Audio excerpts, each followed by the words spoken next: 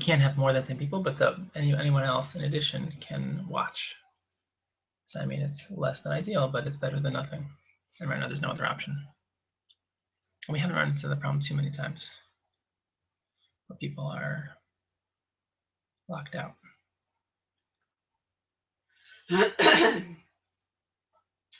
A teacher asked me if I wanted to be on a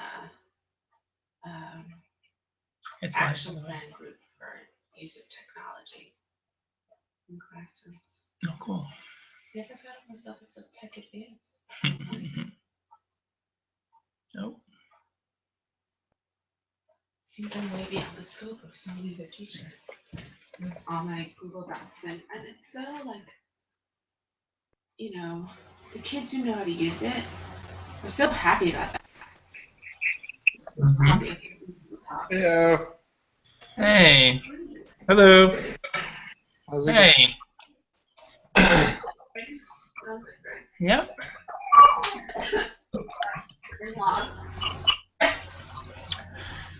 Sorry for the delay. Did you guys just get the message? Just get the email or the... What works, by the way? When I send the email with the link in it? Or when I try to invite you? The one with the link is the one that works. The other one is with the like, situation where we watch you and we don't actually participate. Oh, really? Yeah. So when you just send the link, it's fine. But when you send, at least from when I saw the other one, it's like Gotcha. watching the video of the conference. Uh-huh. Okay, that's good to know.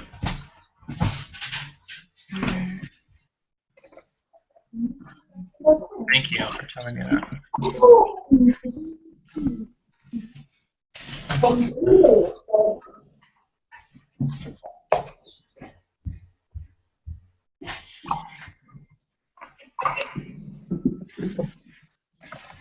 It's funny.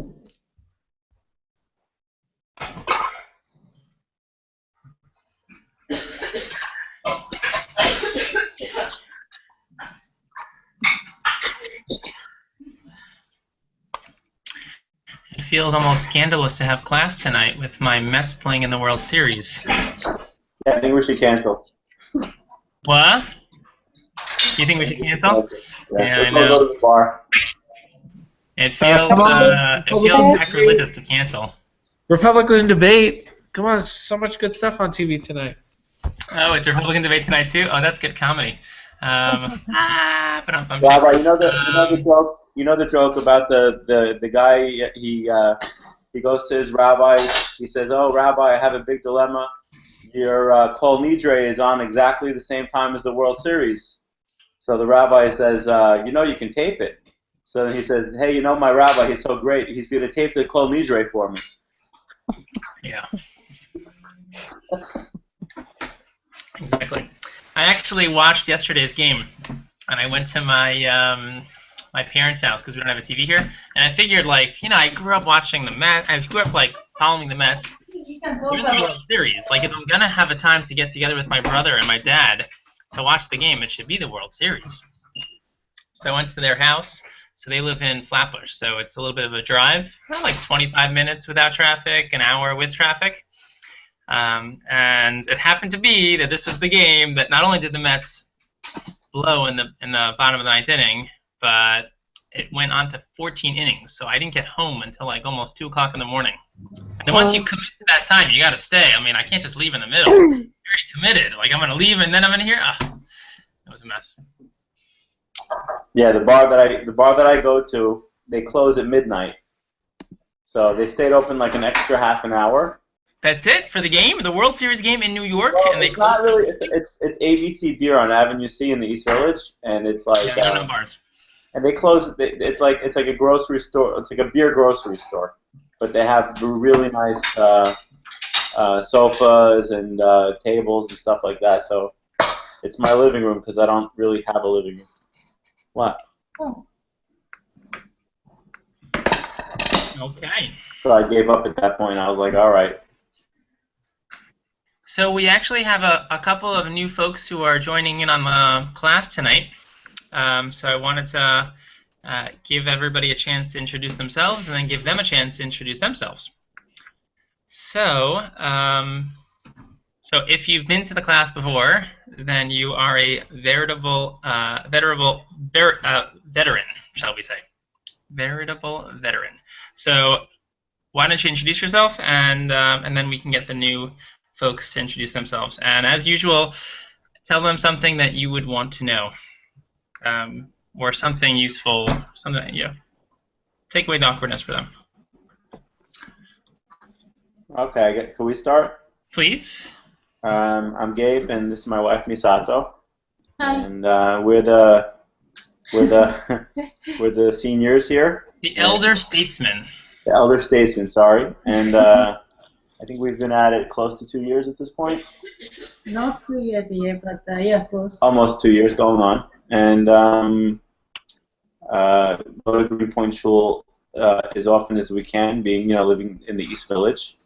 Also go to Stanton Street Shul, who also has it's a very Rabbi Bodner. He was just installed there last night. Oh, it was last night. Oh, very yeah. nice. That Yeah, it was was fun. amazing. So yeah, I mean, it's taught me. I'm Jewish, and my wife is converting, and it's taught me a lot about the religion that I didn't know. So that's one thing I've got to say. You want to add? No, okay. Okay. Great. Thanks. You're welcome. We'll go next as the ambassadors. I'm Carrie. This is my partner Greg, and we've been in the class for a year and a half. So I think maybe second longest. I grew up with the rabbi's wife back in Rochester, New York, and so he has consented to let us join the class, even though we live too far to come with any regularity. We're down in D.C. What else? Tips. There are a lot of resources out there. It can get a little confusing sometimes. Don't hesitate to ask questions. I think. I've heard that advice given by someone else once before. Mm-hmm. By Greg. It's good advice. Mm-hmm. Thank you. Thank you, Carrie and Greg.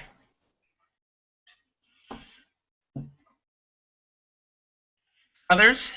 We can go. I'm Eitan, And I'm Jackie. and we live in the East Village. We have I'm Jared. I'm Julia. We've been in the class for 5 months, like 4 or 5 months now.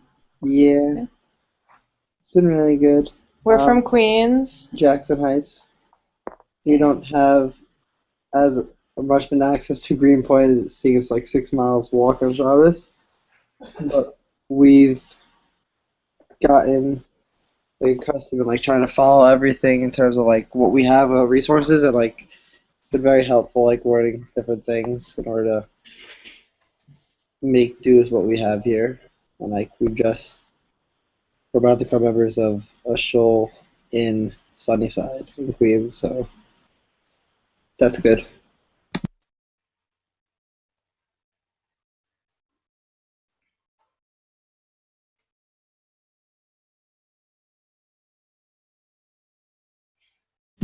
But yeah, it's good, and we're really happy we've done it. Sorry. Hi guys, I'm Lior. I'm Yoko. This is Yoko, and we've been on the class for a couple of months. More than that, I don't know, a couple of months. And They have a baby, so they have a hard time keeping track of time. yeah, but yeah, probably a year now. Yeah, because we joined before Adi was born. He's 10 months old, so. We live in Williamsburg. We try to go to the shul as much as we can, and the class is great. Yoko, you want to say anything? What? I'm good. I can't hear you. I'm good. Just good. So has anyone else This is a bit of a meta comment. I've noticed that with all the couples that started out, did anyone else see a pattern in all that?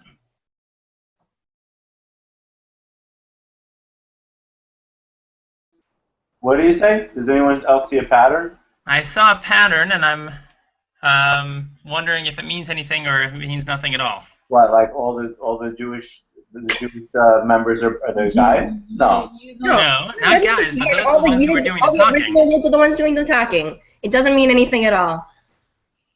The only reason I let Carrie do it is because I think I've introduced us probably the last 7 out of 8 times. So you think it has more to do with gender dynamics than origin of faith? I'm a lady. Indeed, and apparently the norm in your crew is for Greg to do the talking. So it happens to be this is the exception, but. Do you think the converts don't feel comfortable introducing a couple? I'm not sure. I'm just lifting up a dynamic that I'm seeing, and I want to know that I just want to make sure that there isn't discomfort, because if there is, then I want to make sure that we find a way around it and address it. I'm just lifting it up. No, it's a great question. Good observation. It could be absolutely nothing. So. Pure coincidence or something very deep here. Okay. Well, we'll continue, and I'm open to whatever that means, and hopefully, if it means nothing, then it means nothing. I think Freud has a line, right? Or the line about Freud: sometimes a cigar is just a cigar. So maybe it's nothing, or it's just gender dynamics, which is a much larger, pervasive problem within our society. Anyway, be that as it may, let's continue.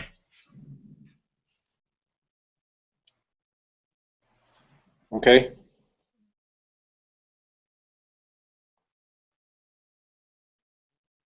So who are we up to? I think we still have Emily and Joella to introduce themselves. Okay, I can go. Hi. Which is a different dynamic entirely also, right? This is another dynamic that's present. Only the couples go first, and then last licks or something are the single folk. What does that mean? Okay, lots to analyze if this were a different setting, but just want to make sure that we're going to be with their safety in the space. So go for it, Emily. Okay, hey, I'm Emily, or Rivka is my Yiddish name, because I'm actually in a Yiddish-speaking house right now in Baltimore. I've been in the class for 2 months, and my advice would probably be, since I'm an academic, I would say don't have imposter syndrome, which is that feeling that like everyone else knows what's going on, but I'm the only one who has no idea. I feel like this is a really relevant thing for people who are taking this class as well. And it's not true. Everyone else, no one has an idea of what's going on a lot of times. So yeah, yeah.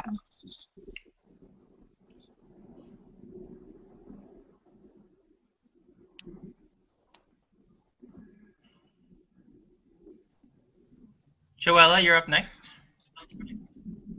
All right, I guess I'm next.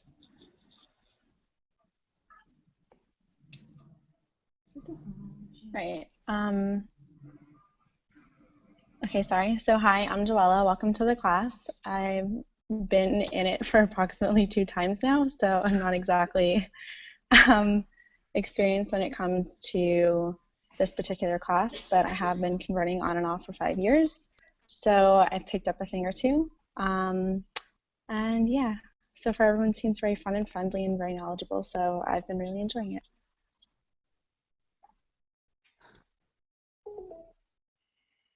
Okay, so we want to welcome in Danielle and Gabriel, and is Sylvia here on the line too? Yes, and Sylvia too. So let's break it up, and Sylvia, why don't you introduce yourself first?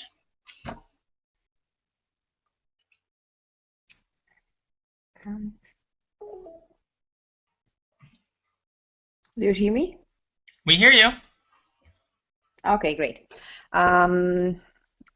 My name is Sylvia. I have some problems with internet connection, so right now I'm on my phone instead of my laptop. I don't think you can like, meet me fully in this version. I don't know what's going on here. Okay, I'm from Poland. That's my first. That's my first time here. I met with Rabbi on Monday, and you're here today. And you're here today. Yes, definitely. Great. I really liked it, so I'm here today. That's the idea. Great. Thank you. Welcome. Thank you very much.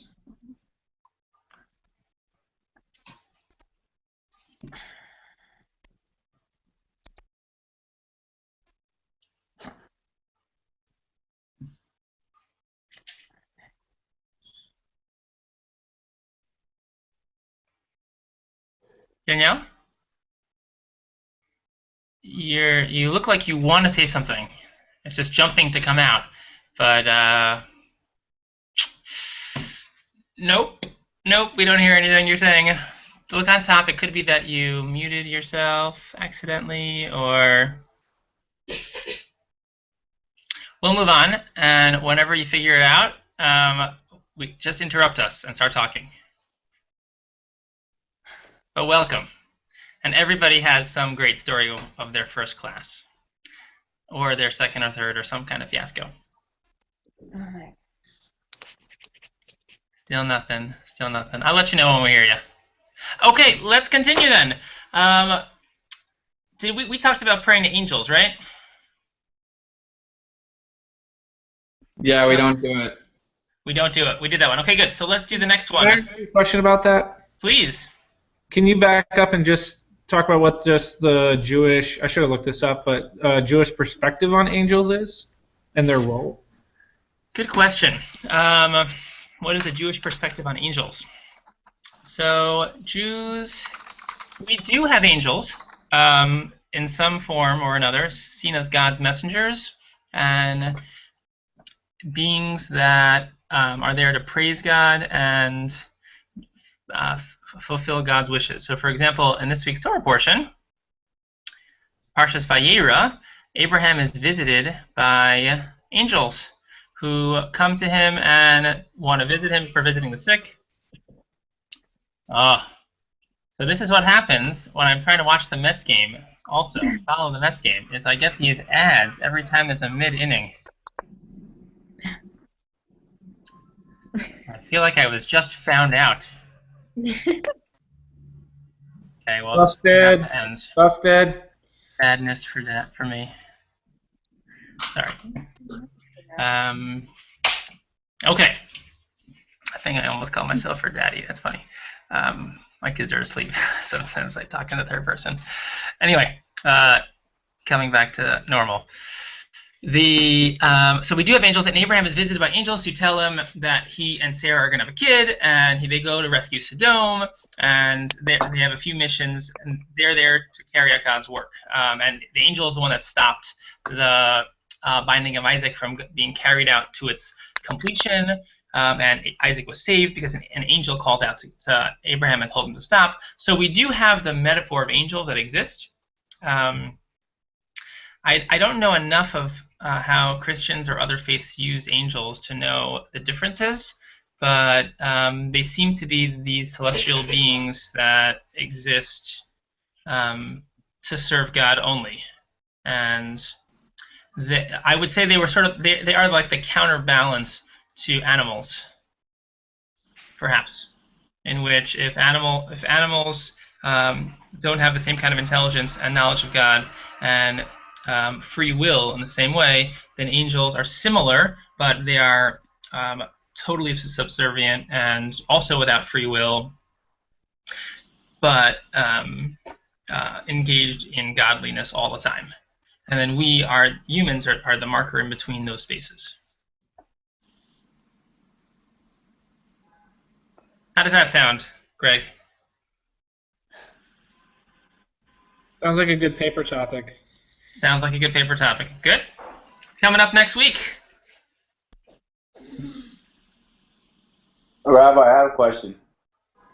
What about like in Parashat Noach with these what were they called? These rocky monsters from the movie. Forgot the name. Oh, within Noah. You're talking about Noah, the movie Noah. Yeah. That's funny. What were those So, beings called? what? What were those beings called? I don't know what the movie Noah called them, but the Torah calls them a couple things. They're either Nephilim or Bnei Elohim. Right. It's really very unclear about what the fallen angel, what? like a fallen angel kind of thing. Well, Nephilim means fallen. It's very unclear what it means. Indeed. So there's a lot of midrash around that. It's very obscure. It's unclear. There are some who want to say Bnei Elohim actually should be is not children of God, but children of leaders who like the aristocrats, who took control and took whatever they wanted, and including any Benot Adam, the daughters of man. So in this hierarchy of aristocrats and the lower class, then the upper class decided to take whatever they wanted, including the women that they wanted who were lower class. So it's a little unclear what it means. There's a lot of midrash around that. It's another great paper topic, and you can come up with a good few drashot for it on a regular Shabbos. It's really interesting. But yeah, that's certainly where all these ideas of like Lucifer and the fallen angels and all that stuff, if you want to find a source in the Torah, that's your first place to look. So there's no hard and fast like, oh, that's an angel. They're not angels. Those are, we don't know really. It's all. We don't really know what they are. No, yeah, there seems unclear. All right.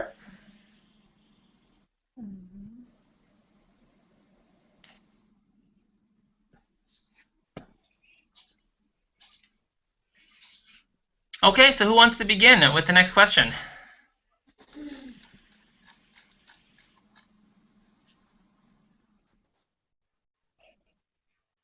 We can take it. Thank you. Go for it. 22, discuss the Jewish position on the divinity of the Torah. The eighth principle of Maimonides' principle of faith is the divinity of the Torah. That is, that we believe the entire Torah, which we have now, is one given by Moshe, our teacher, and is entirely the mouth of the Hashem. There is no difference between the verses. Maimonides also emphasizes that not only the written Torah, i.e. the 5 books transcribed by Moshe, is divine, but also the oral Torah and the entire body of interpretation and exposition which accompanies it. In the words of the Talmud, the scripture, Mishnah, Torah, Talmud, and Agadah, even what is a proficient pupil is destined to innovate what was already said to Moshe at Sinai. Right. So this is an important question in some ways, and a not important question in other ways. So what I mean by that is, on a practical level, no one really asks you, in real life about this topic. It doesn't really come up. We live our life on the assumption that the Torah is divine, which practically is less about the historical truth of how the Torah was received, but what it means for us to say the Torah is divine. Right? That's a very important distinction. I just want to underline that again. So it's less important what on a practical level, the historical truth that the Torah is divine, and more important about what that means to us that the Torah is divine. So what it means to us is that it is unchanging, it is binding, it is everlasting, it is truth, it is godly, it is our code. Now, how that was transmitted to us, who received it, in what form did God give it, is very unclear to us, and almost doesn't matter. It's the kind of thing in which you pledge allegiance to the Constitution, and as something very important, lahavdil, I should say, because obviously the Torah's higher stature than the Constitution. But the way some pledge allegiance to the Constitution, maybe it's not so different. They're debating tonight right now. But in essence, what we're talking about is that our life works around the fact that the Torah is divine. Now, it happens to be that you will all be asked, likely by the Beit Din, your position on the divinity of the Torah, and it's important for the completion of the conversion for you to say that you do believe that the Torah is divine. Now, how you can come to that based on and have integrity is an important journey for you to go through, and I'm glad that many of you are beginning this so you can sort of grapple with it for early age. I have no problem believing the Torah is divine. It doesn't bother me. Certainly there are questions here and there and pieces of biblical criticism that I stumble across, but overall, I have no problem believing that the documents that our people love and is the blueprint of our DNA as a people is godly and is from Moshe and was given to Moshe at Sinai. Probably not all at Sinai, because many of the books of the parsha within the Torah come afterwards, but certainly before Moshe's death. And if you can get to that space, I think life is good and it would be easy. But if you can't get to that place itself, it doesn't mean that you're out. It just means that you have to orient your life as if that is the truth, whether historically that's the case or not. Does that make any sense?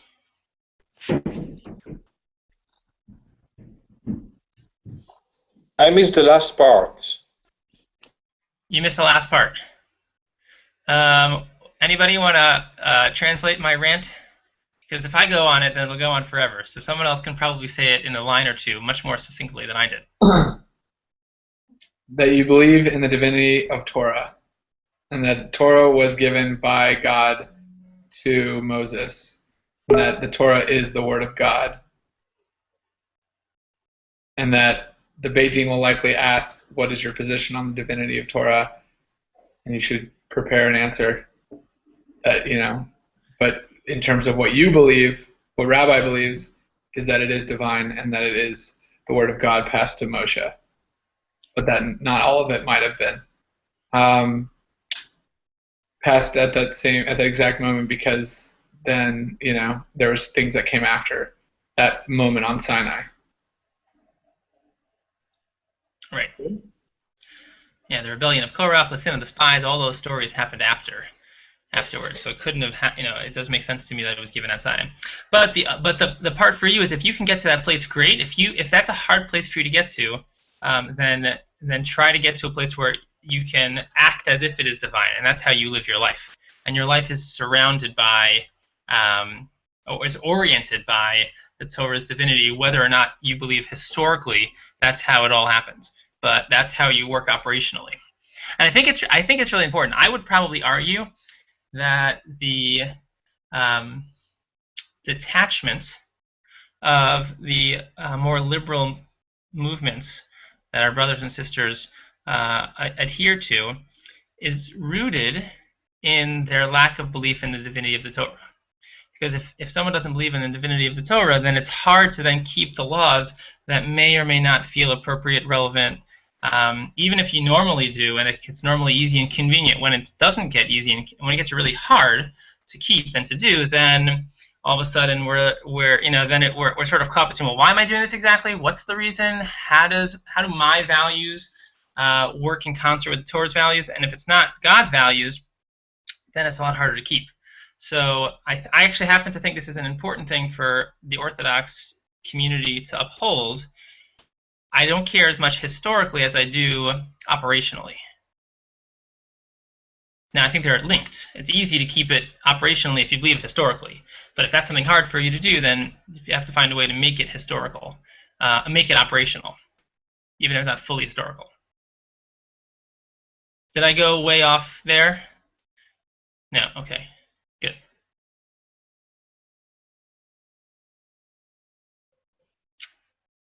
I think what you're trying to say, just to rephrase it, is if you don't believe it's divine, it introduces a measure of flexibility. Like, oh, some guy wrote it, so if I don't, if it's not divine, then why do I have to stick to the letter of the law. If it's just something that happened back then, it's not eternal. It's not, it was just something that was a few thousand years ago. It had different mores, different values back then. So divine would also, be eternal. You would look for links between what's happening today and what's happened 4,000 years ago, stuff like that. Yeah.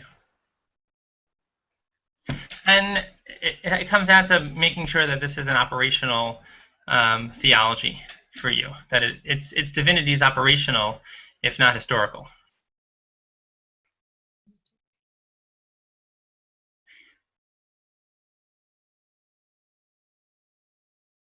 Okay, should we go on? I just don't want people to feel like they can't ask questions because other people ask questions, or I think we're ready to move on because I don't know if we're ready to move on.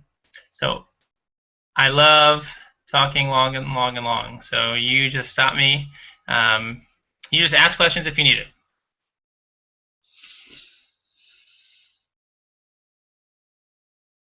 So let's go forward to the prophets. Should we go backwards, Emily? Okay. Yeah. Now I'm unmuted, right? You are. We hear you. Okay. So, how does Judaism view other religions? Is that where we are, or are we still on the different? We're on letter B. Yeah. Oh, B. I actually had a really hard time with B and C, finding the answer to those. But the best I was able to come up with.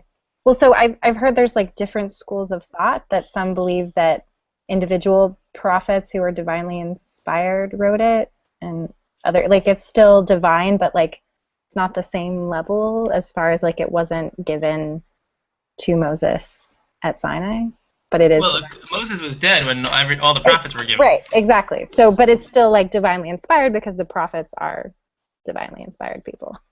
Yep. Okay. That works. All right. There aren't really too many people who say that it's word for word what God said. Okay. And this has tremendous implications, because if we care, if this is word for word what God said, then we care about every single letter, and every single letter and word of the Torah is important and will teach us something. Whereas if human beings, if men wrote it divinely inspired, then maybe we don't have to be super particular about every single minor letter that may be in the Book of Prophets. Like one missing letter in the Torah means it's an unkosher Torah. You can't use the Torah. It's only one missing letter. You understand what the context is. Doesn't matter. It's not a kosher Torah because it's not the Torah that we were given if it doesn't have all the letters. Jackie?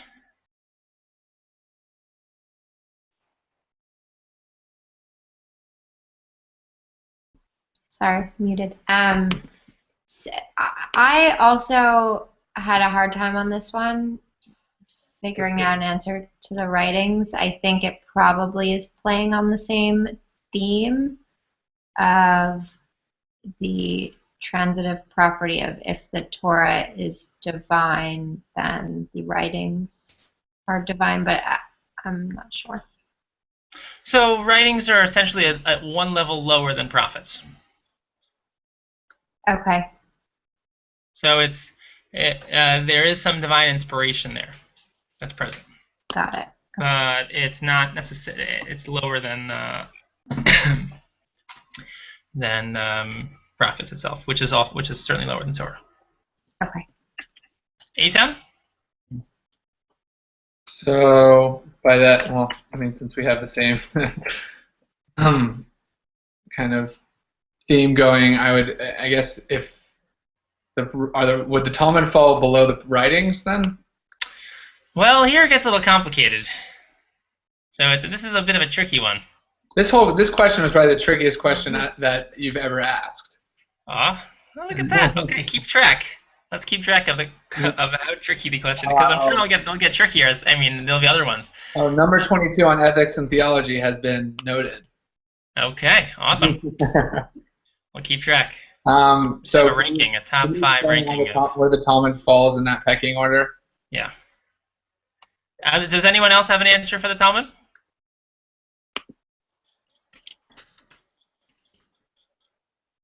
What's the question? The Jewish position on the divinity of the Talmud.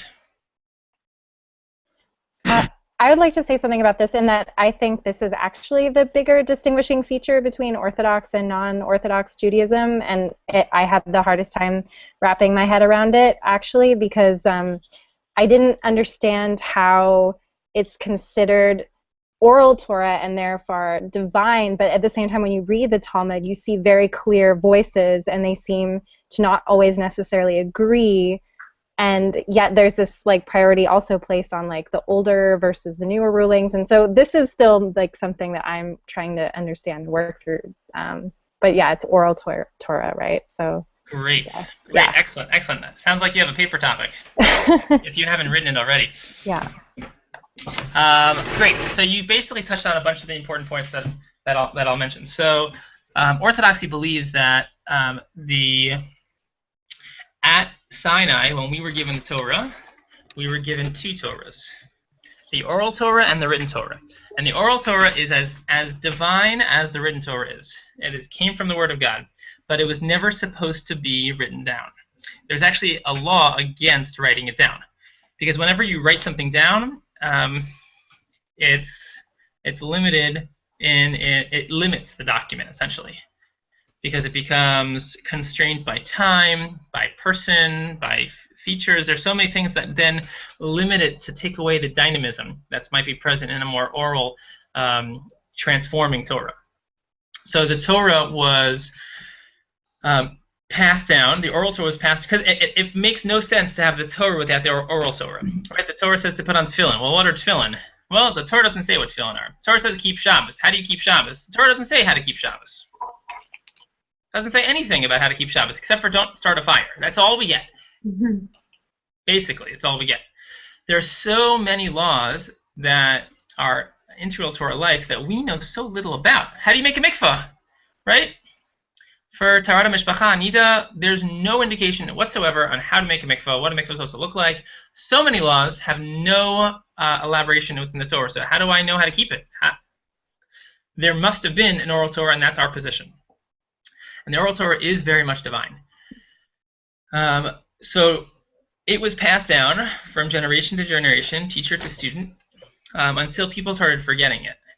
And when people started to forget it, Rabbi Yehuda Nasi, who was a leader of his generation, decided, well, you know what? The law against writing down the oral Torah now is trumped by the fact that we're losing the oral Torah. We don't remember it anymore. So we need to codify it and write it down.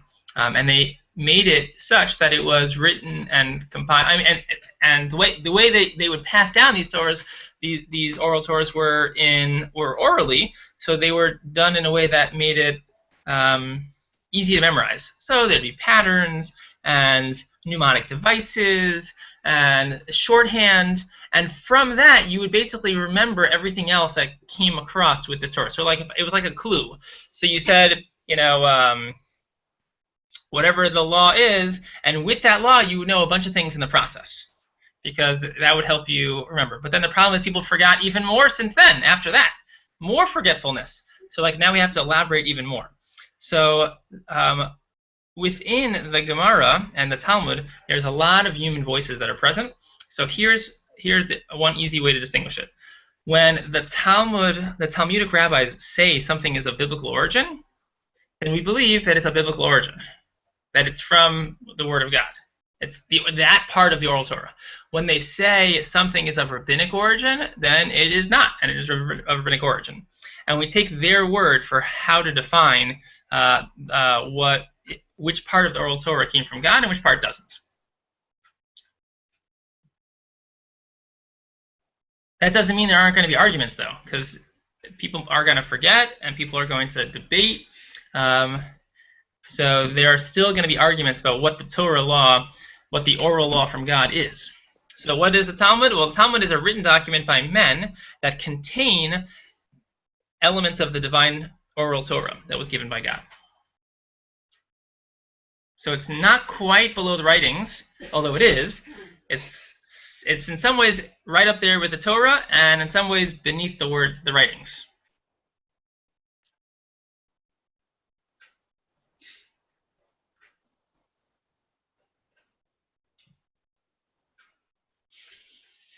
Hey, Rabbi, I have a question.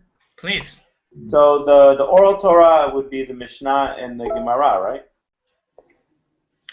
That would be the Talmud. So that's not the oral Torah? So within it contains the oral Torah. So in other words, the oral Torah in a way is lost, like the exact oral Torah, if there ever was an exact. Okay, Is like it lost? the written Torah is an exact.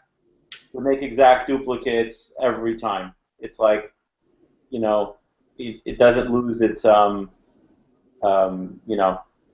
it doesn't lose a letter, it doesn't gain a letter from the first Torah. But the oral Torah, since it was never written down initially, we can never really get exactly what that was, right? Right. We'll never know exactly what the order was, and what we trust the rabbis when they say this is from the oral Torah, then that it was. Right. So it's not wrong to say the Talmud is the oral Torah, but unless you mean that the entire Talmud came out word for word from God's mouth to Moses' ears. Obviously not, because they're not going to say Rabbi Gamliel fought with this one and that. Exactly. That would never have been part of the oral Torah, right? Of course not. Right. So what do you think like the oral Torah would have looked like, sort of? Oh, like an explanation of stuff. So Moses, Moshe Rabbeinu, he probably wouldn't say Rabbeinu, little Moshe, when we talk about Shabbos, I mean to look at the 39 elements of what you have to do to build the Mishkan, and don't do that on Shabbat. So what I mean by that is, I don't want you to do any cooking, I don't want you to do any grinding, I don't want you to do any sewing or kneading, all that stuff. That is part of the laws of Shabbat. And when I say you have to slaughter the animal, I don't give you any indications. It has to be a really sharp knife. You have to cut this trachea and esophagus, etc., etc. That's how I sort of, in my imaginary mind, God spoke to Moshe. So the oral Torah was given directly to Moshe. Yeah. And then he told the leaders of the tribes how did it like. Yeah, and then Moshe told it to his students, who told it to their students, taught it to their students, etc. Ah, okay. Exactly. Now, if you thought this one was hard, I think the next one is really hard too. Sorry, Rabbi, I just have a question about what you were previously talking about. So if Moses passed it down like to his students and like to his next students, was there a way that, like, you know like when you play telephone when you're a kid and like everything just kind of gets really confusing and muddled by the end? Was there anything in place to check and like make sure that didn't happen? Yeah, well, that's one of the reasons why they argue that there are arguments in the Torah, in the Talmud. Like, how God didn't say two things, did he? Did God say two things? No, he probably said one thing, presumably. So how are there arguments? Well, there were things were lost in transmission.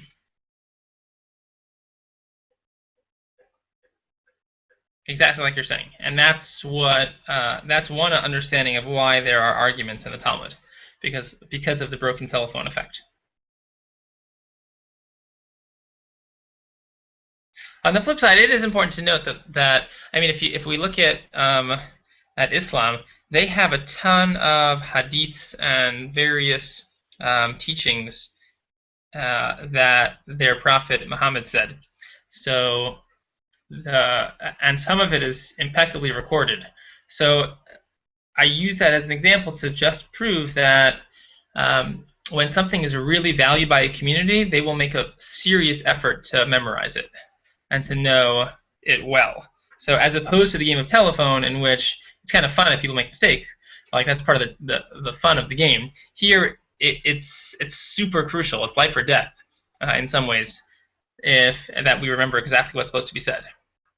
So, it might have had a better record than your average telephone game. That's my point.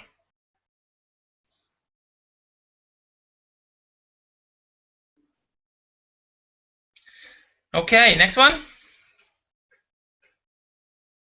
It doesn't get easier. I think it gets harder. Eitan, you thought this next one was easier than the last one? No, not necessarily. I mean, there's a lot of different there's a lot of differing opinions on this one. So I mean, Yeah. I think there's maybe a little bit more information about this one, but there's a lot of differing opinions. But if you, I guess. Okay, well let's open up the floodgates. So Danielle and Gabriel, you get your free pass this week, and you guys can't even talk anyway, can you?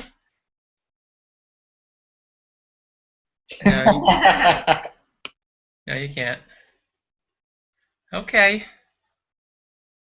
It's an easy way to get out of answering the questions. I know. We'll let it go this time. Okay, Sylvia, you also get a free pass this week because you just started as well. So we'll turn to Misato and Gabe.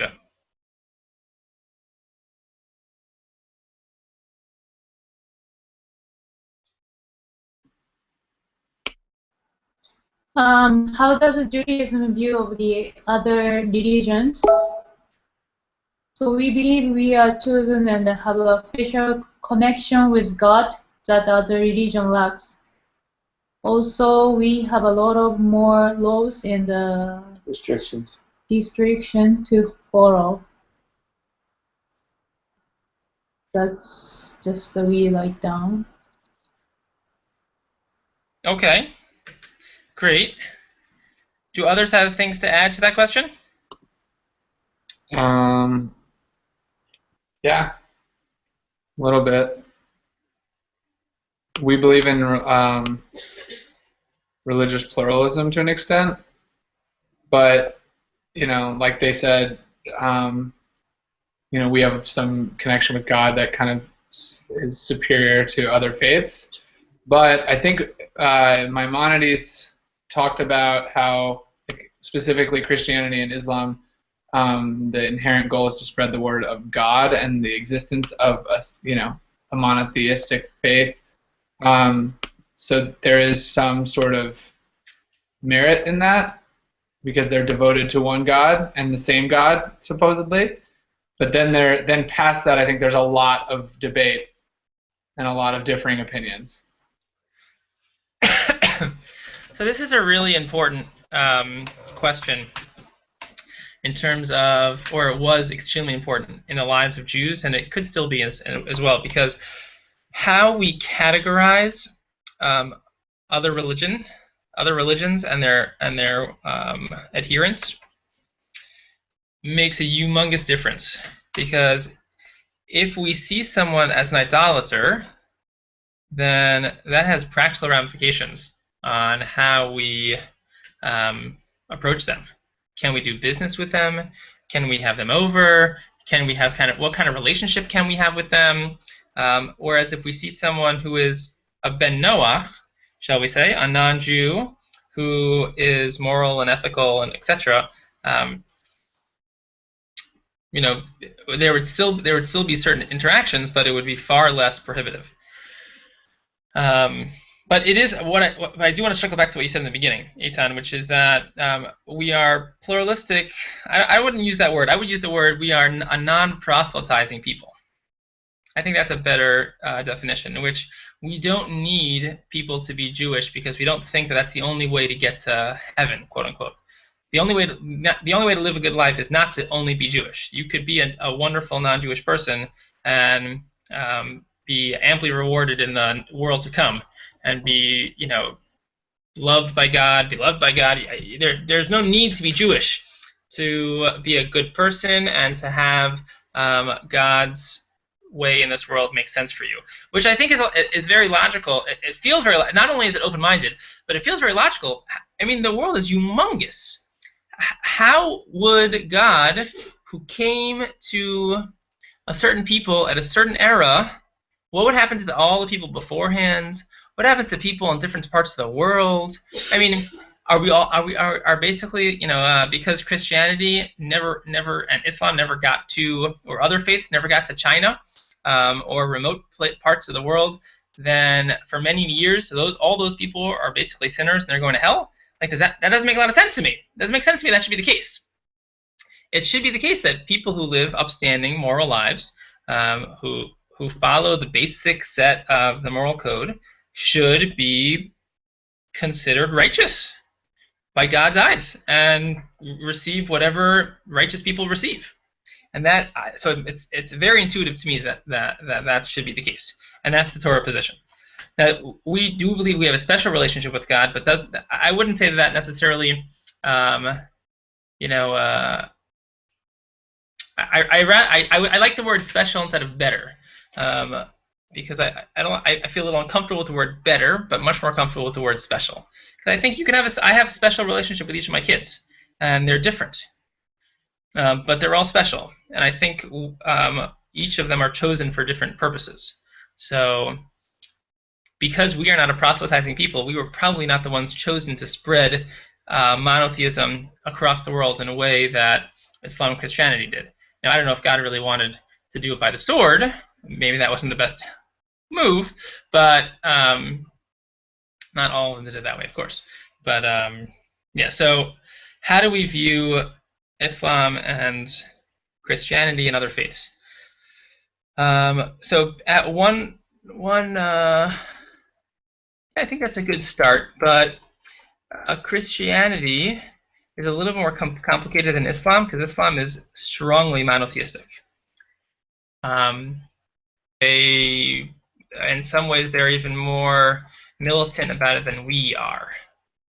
Like they don't even allow any kind of drawing of Muhammad, because that's, as we know, that's too much for them. That's too much bordering on idolatry.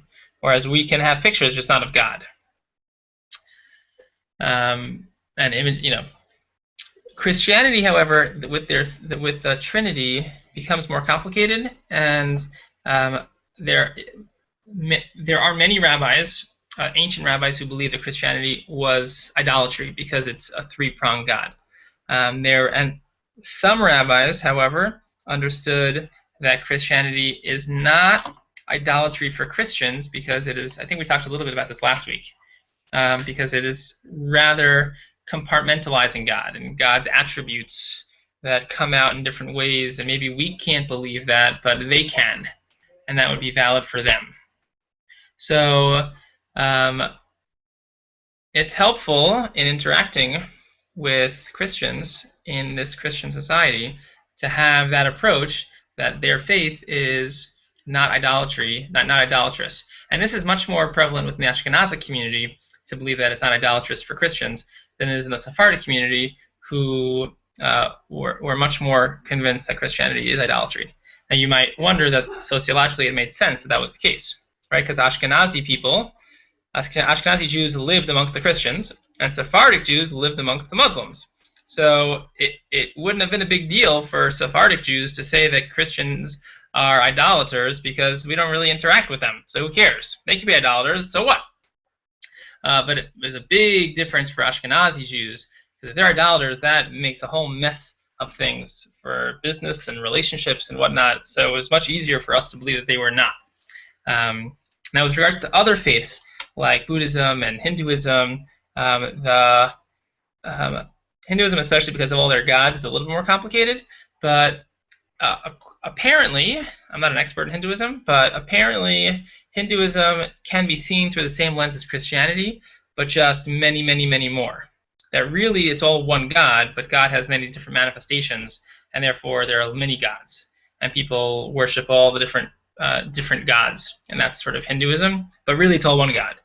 So perhaps you can make the argument that Hinduism is similar to Christianity, so it would be prohibited for us, but permitted for them, possibly. And in Buddhism, Buddhism there isn't a God per se. It doesn't work in the same way as other faiths. But we aren't. I think I went on for a while there. Any thoughts? That was one of my longer rants. I'm tired. Can you talk about like interfaith, like dialogue, and especially being in other religious spaces? Great. So we don't go to other religious spaces. So we can't go to churches or mosques. There's some debate about going to mosques, whether one can or one doesn't. I've never been to a mosque. I probably won't go to a mosque. But there's some debate about it. I think I was just reading today that Rabbi Avaji Yosef said that if you're stuck, you might be able to go into a mosque and even pray because of their monotheistic approach. But I don't know if I don't think that is certainly not a universally held position. But it does exist out there. Now, interfaith dialogue, many more liberal Jews are more comfortable with it, but more right-wing Jews are not comfortable with it, and they're more comfortable with interfaith cooperation rather than dialogue itself. Now, if someone, I think it's so I had an experience when I was in college that this guy came in and was very curious about Judaism, and I just had a bad feeling about it. And my peers of mine who are very knowledgeable would start talking to him and start debating him, and then because he came out as a Christian, and they started debating Isaiah and chapter 54 and the truth and whatnot, back and forth, a lot of debate about his stated Christian position, and I did not engage in that conversation because I felt it wasn't helpful or useful, and I strongly disagree with them because I said, now you're telling someone who desires to proselytize others, who wants to proselytize Jews, who came to the Hillel house at the college campus to proselytize Jews, and you two folks are way smarter than this person. Fine, you're way smarter than this person, but now you've given him all this knowledge that he will now turn around and use against Jews who are less knowledgeable, who might be tempted or might be convinced. So engaging in that kind of conversation dialogue, I think, is certainly not helpful whatsoever. However, engaging on a human level to have better understanding and bridge some of the gaps that might exist between our peoples, I personally don't have a problem with, as long as it's done with tolerance and not a proselytizing edge to it. I think it actually can build bridges between the communities and can eliminate some of the hatred that comes from a lack of knowledge.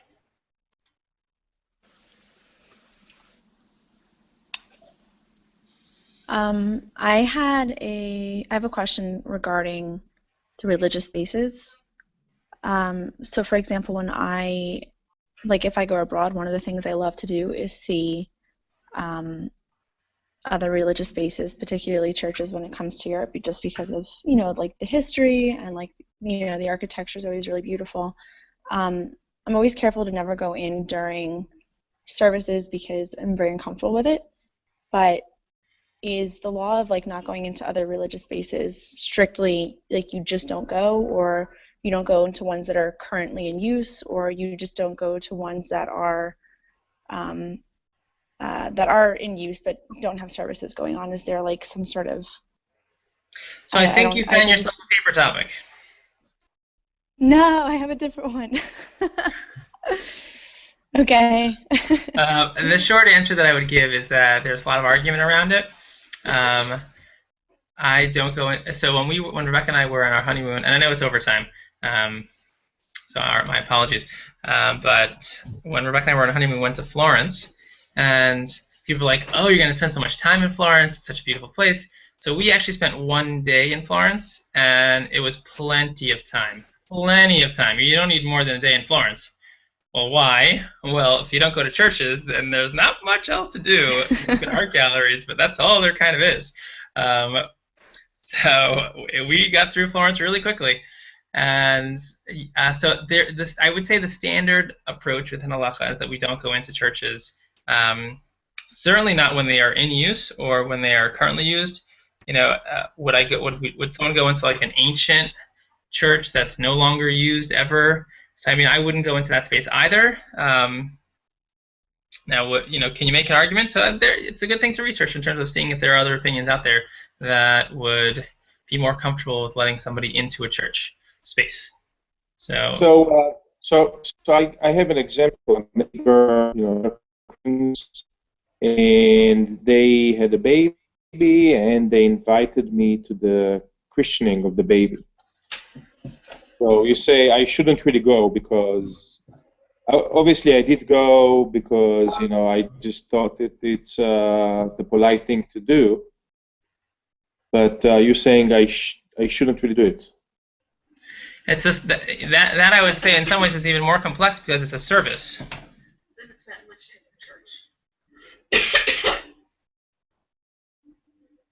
So it's But just maybe it's something for you to research, so you can save Joel the problem.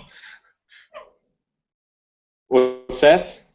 Maybe it's your topic of research, so you can save Joel the work. Maybe. What about the other way around? So Rebecca wants me to acknowledge that I take a pretty hard line on this topic, and Rebecca thinks that there are other rabbis who are more liberal, which is why I encourage you to do research. I happen not to think that I take such a hard line, but I'm a little biased about myself, as you might imagine. Okay. Joella, if you want to do paper on this, it's all yours. Anyway, I don't want to keep you. I want to be respectful of your time.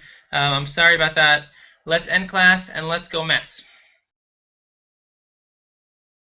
Good night. All right, let's go Mets. Have a good night. Let's go Mets.